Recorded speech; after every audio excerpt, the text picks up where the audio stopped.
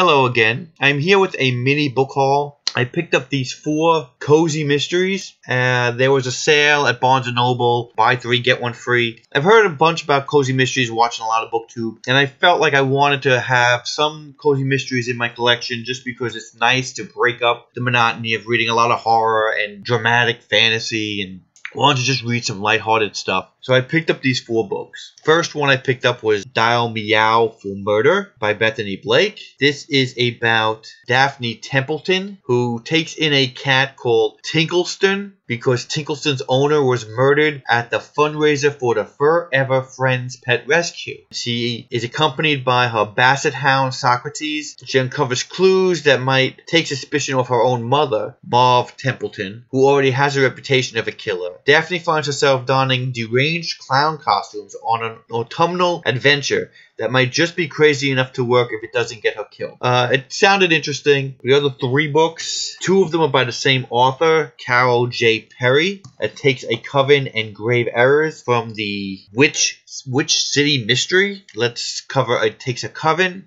This is Lee Barrett. She joins a former student bridal party as a maid of honor. She expects cake tastings and dress fittings, but the wedding planning becomes more peculiar than Lee's scrying talents could ever predict. There is a magical baker, a best man with a checkered past, a talking crow named Poe as a ring bearer, and is also a kindly old man dead under his apple tree. One of the series of unexpected deaths hanging over the wicked community, with witches dropping dead before they ever come out of the proverbial broom closet. Lee's best friend, River, fears she might have somehow unleashed a terrible curse on the city. Now aided by Poe and her clairvoyant cat, Lee sets out to investigate. Are lives being clamped by vengeful supernatural forces, or is something more shocking? Soon she discovers casting light on the wicked truth can be one killer commitment. Sounds interesting.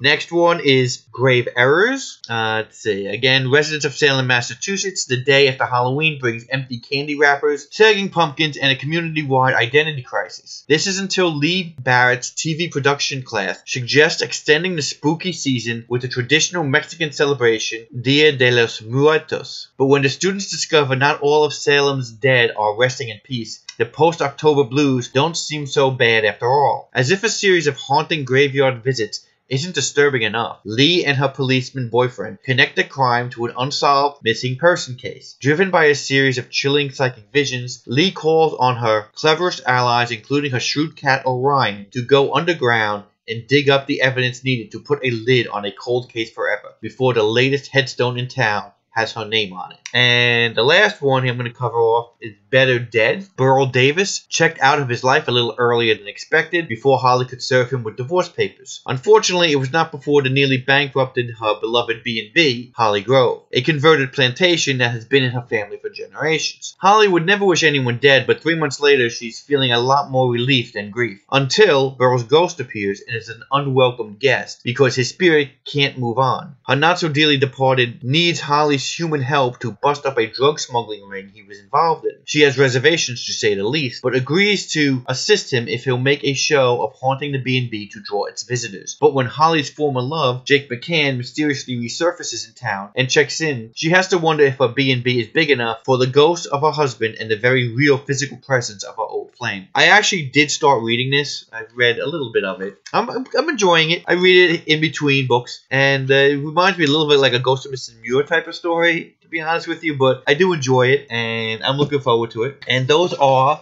the 4 cozy mysteries that I've picked up. Again, I've never read any cozy mysteries, so if you have any suggestions for books for me to pick up, or if you've read these books, let me know. Thanks again for watching, and I hope to see you soon. Bye.